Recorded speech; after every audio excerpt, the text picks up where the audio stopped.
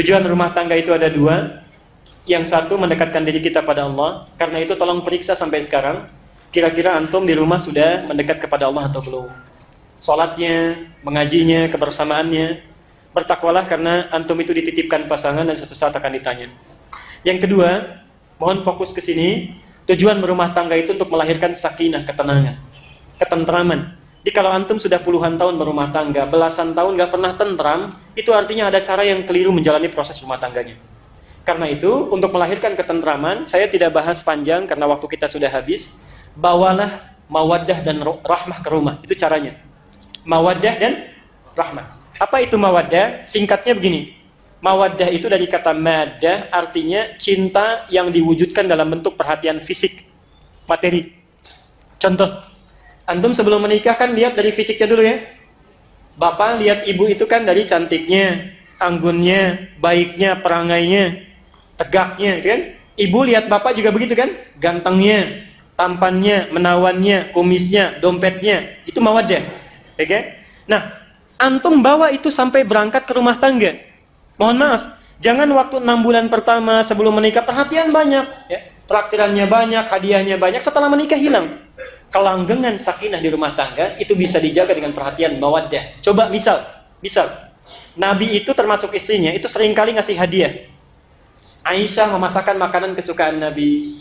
Nabi memberikan hadiah berupa yang sifatnya mawaddah materi. Kenapa tidak dicoba? Misal, berapapun usia pernikahan, mau 40 tahun, mau 50 tahun, dalam momen-momen tertentu, cobalah berikan mawaddah.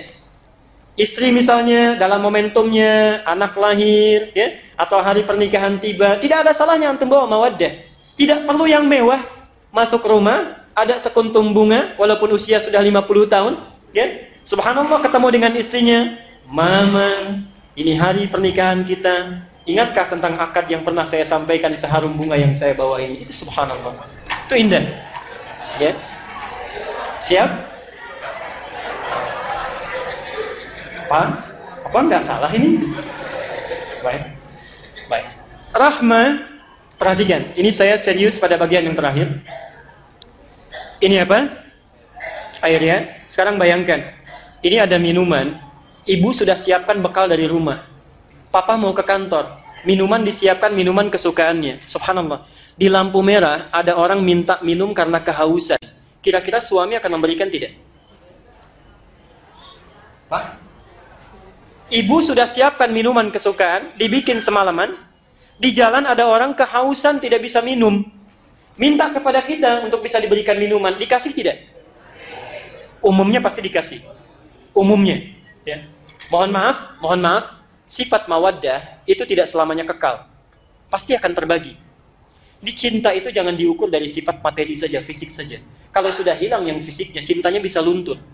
Kalau antum cuma cinta karena cantiknya, hilang kecantikan, itu hilang cintanya. Ibu juga demikian. Cinta pada materinya, sekali waktu diuji oleh Allah, menurun pendapatannya, subhanallah, ya, menurun pendapatannya, itu cinta bisa berkurang.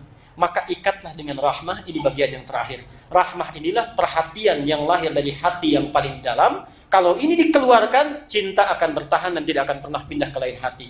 Dan yang punya rahmah tinggi itu cuma punya ibu. Cuma ibu. Rahmah ini asalnya dari kata rahim. Yang punya rahim cuma perempuan, laki-laki tidak.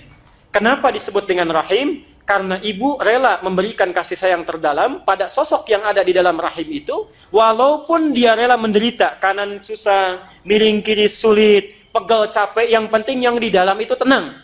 Karena itu, ada para pakar menyatakan, kenapa seorang anak itu lahir menangis? Karena takut tidak mendapatkan kasih sayang seperti yang diperoleh dalam rahimnya.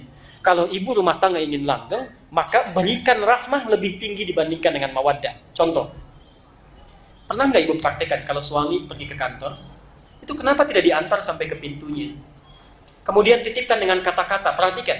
Ibu titipkan nasi 1 bungkus dengan makanan mewah, dengan kalimat walaupun sekedar di SMS kan, perhatikan, jauh bedanya melekat ke dalam hati. Papa sayang, kami beserta anak-anak di rumah mendoakan dengan cinta dan sepenuh jiwa agar papa sukses dalam pekerjaan dan kembali ke rumah dengan semangat. Bekerjalah dengan cinta mama, Pak. Itu subhanallah.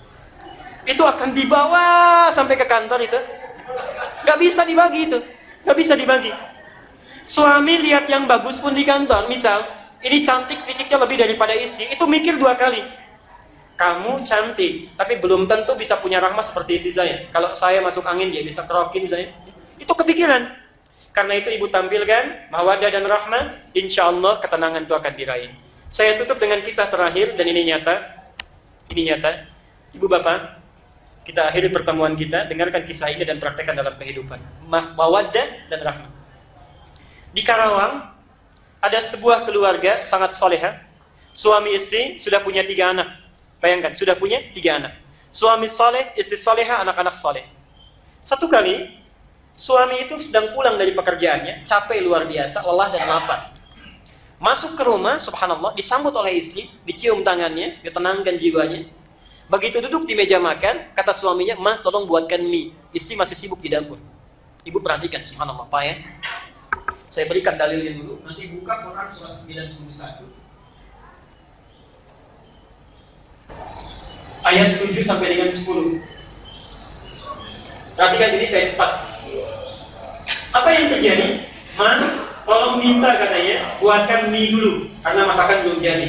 Ibu sekalian, subhanallah, karena sibuk di dapur, saking sibuknya bawa bumbu ini itu, tiba-tiba lupa yang dimasukkan ke mie itu 1 sendok garam. Diaduk. Terbayang ya? Dihidangkan dengan penuh senyuman, kemudian suami menerima, belum diambil, istri sudah pamit ke dapur lagi. Perhatikan konsepnya, perhatikan.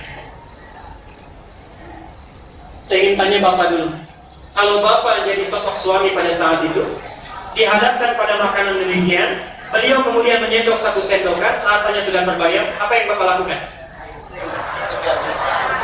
Ingat ya, suasananya capek, lelah, tenang, ada masalah, tiba-tiba dapat mie yang kualitasnya asin. Apa yang dilakukan? Perhatikan. Ini biasanya rahmah dipunyai istri, tapi suami ini mempraktikkan. Lihat konsep ayatnya. Fa'alhamaha fujuraha wa taqwaha. Di dalam diri kita itu ada sifat baik, takwa, ada sifat jelek, fujur. Rumusnya begini, qad aflaha man zakkaha, akan bahagia hidup seseorang kalau dia menemukan yang jelek, belajar dari jeleknya, mencari lawannya yang baik. Jadi rumus rumah tangga itu, kalau menemukan sifat jelek dalam pasangan, cepat cari yang baik, jangan dieksplor yang jeleknya. Contoh, kalau cemberut itu lawannya apa? Senyum. Kalau bapak menemukan istri sedang cemberut, bapak itu senyum. Sampai ke rumah, istri sedang cemberut, bapak yang senyum. Nah, kenapa jangan cemberut? Sebaliknya, subhanallah, suami sedang marah-marah, misalnya pulang kantor marah-marah, pekerjaan di kantor dibawa ke rumah, malah lawannya apa? Sabar, tenang. Lawan marah itu sabar. Jadi subhanallah ibu, sebetulnya sifat jelek itu dibuat bukan ingin menjadikan seorang jelek, bukan, tapi melatih supaya yang baik itu muncul dalam diri kita.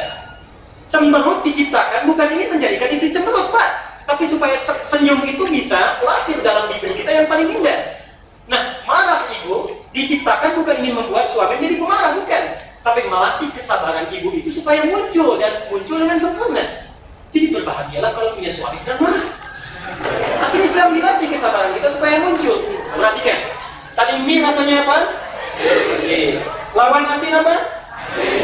Ini dia, suami ini paham betul dengan konsep ini. Keluarlah dalam lisannya kata-kata yang sangat manis walaupun yang dirasakan asin. Mas sayang, anak 3 masih panggil saya. Perhatikan, mas sayang, papa datang, ini bahasa bebas ya, tapi begini kurang lebih, tidak saya kurang-kurangnya tetap baik. Perhatikan, sini mah duduk samping papa, lama rasanya tidak makan berdua.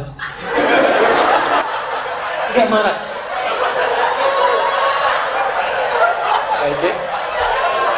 Tidak marah. Lama rasanya tidak makan. Ibu, saya tanya ibu, sudah punya 3 anak, suami juga luar biasa baiknya, subhanallah. Punya 3 anak sudah dipanggil sayang, duduk di samping, disampaikan lama rasanya tidak makan berdua. Perasaan ibu bagaimana? Itu bukan berbunga-bunga lagi, itu sudah mekar bunganya ya. Perhatikan, itu belum selesai Pak. Kalimat pamungkasnya perhatikan. Sini mah papa suapin. Jelas ya? Sudah terbayang ya? Rasanya nikmat, enak, momentumnya ditunggu-tunggu. Dengan manjanya sudah menanti. Apa yang terjadi? Subhanallah, perhatikan Pak, saat suapan itu sudah mulai disampaikan, perhatikan, Yang terjadi istri bukan tertawa, bukan tersenyum, itu langsung tersungkur jatuh di kaki suaminya. Dicium kaki suaminya, menangis jadi-jadinya mohon maaf. Perhatikan seorang istri yang sangat soleh. Beliau menangis, "Pak, maafkan mama tidak sengaja," dan sebagainya. Tapi hebatnya suami, tangis itu lawannya apa? Tertawa dengan senyum, tertawa dengan singkat, tidak berlebihan. "Ma, kenapa begini? Papa kan cuma katakan lama rasanya nggak makan berdua." Apa yang terjadi? Perhatikan.